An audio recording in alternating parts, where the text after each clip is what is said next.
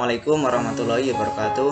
Perkenalkan, nama saya Muhammad Nasrul Talibulmi, NIM 401210240, kelas Ekonomi Syariah H. Dalam mata kuliah aplikasi komputer untuk memenuhi tugas UTS. Di sini saya akan menjelaskan tentang neraca saldo. Gimana cara menemukan perhitungan neraca saldo.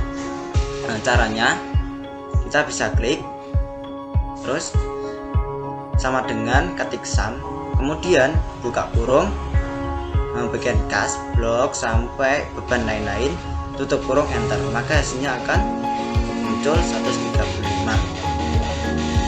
Kemudian bagian kredit sama, caranya klik, ketik sama dengan sum, kemudian buka kurung, bagian utang usaha sampai blok sampai beban lain-lain, tutup kurung, enter, maka hasilnya akan muncul 135 sekian. Kemudian bagian neraca lajur kan neraca saldo sudah yang diterangkan awal tadi.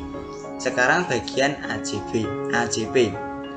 Bagian AJB cara menghitungnya itu ya sama penjumlahan, yaitu cara menghitung debit, klik, terus sama dengan ketik sum, buka kurung, bagian piutang usaha sampai beban penyusunan peralatan, tutup kurung, enter, maka hasilnya akan muncul 6,805 sekian.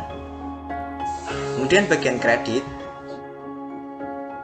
memperhitung sama, cara hitungnya sama, ketik sama dengan ketik sum, kemudian buka kurung, bagian bahan habis pakai sampai penyusunan peralatan, beban penyusunan peralatan, tutup kurung, enter, maka hasilnya akan muncul, yaitu sama 6,805 sekian.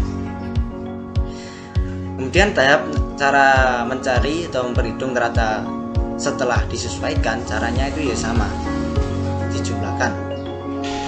Hanya untuk debit kita bisa klik, kemudian sama dengan ketik sum, terus buka kurung, bagian kas sampai beban penyusunan peralatan, tutup kurung, enter, maka hasilnya akan muncul 139, sekian. Untuk kreditnya itu ya sama penjumlahan, caranya ketik sama dengan ketik sum, kemudian buka kurung, terus bagian akumulasi penyusunan peralatan, blok sampai beban penyusunan peralatan, tutup kurung, enter, maka hasilnya akan sama dengan debit, yaitu 139,285 sekian. Kemudian tahap laporan laba atau rugi. Laba atau rugi ini nominalnya dari pendapatan dan beban ya. Kemudian cara menghitung debit, kita klik, terus sama dengan ketik sum, kemudian buka kurung, beban utilitas, beban sewa, beban sewa sampai beban penyusunan peralatan, tutup kurung, enter, maka hasilnya akan 67 sekian. Bagian kredit, cara hitungnya kita klik sama dengan ketik sum, kemudian pendapatan jasa sampai beban penyusunan peralatan, tutup kurung, enter, maka hasilnya 74. Kok beda? Ya beda karena kan ini debit dikurangi kredit, maka hasilnya 6,955 sekian, karena beda. Untuk tahap laporan posisi keuangan, ini caranya ya penjumlahan sama, caranya sama dengan ketik sum, kemudian buka kurung, bagian kas kita blok sampai penyusutan peralatan, beban penyusutan peralatan, tutup kurung, enter, maka hasilnya akan muncul 71,480 sekian. Terus bagian kredit caranya ya sama, caranya